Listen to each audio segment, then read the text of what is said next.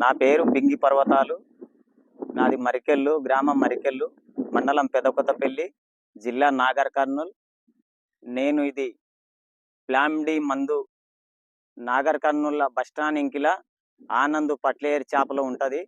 ఈ మందు తీసుకొచ్చి నేను మా చేనుకు కొట్టిన. హాఫ్ లీటరు ఒక డ్రమ్ముకు కలపాలి.